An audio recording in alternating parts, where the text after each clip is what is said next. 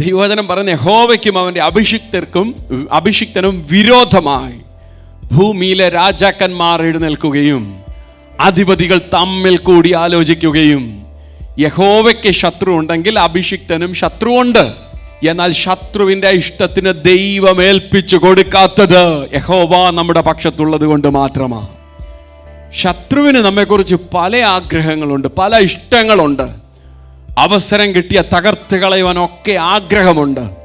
പക്ഷെ നാം തകരാതിരിക്കുന്നത് നമ്മുടെ കഴിവാണെന്ന് ചിന്തിക്കരുത്, നമ്മുടെ നീതിയാണെന്ന് ചിന്തിക്കരുത്. നമ്മുടെ പക്ഷത്തുള്ളവൻ സർവശക്തനായതുകൊണ്ട് ഞാനും നീ തകർന്നു പോകാൻ അവൻ വിട്ടുകൊടുക്കത്തില്ല. നമ്മെ നാശത്തിലേക്ക് അവൻ ഏൽപ്പിച്ചു കൊടുക്കത്തില്ല. Praise the Lord.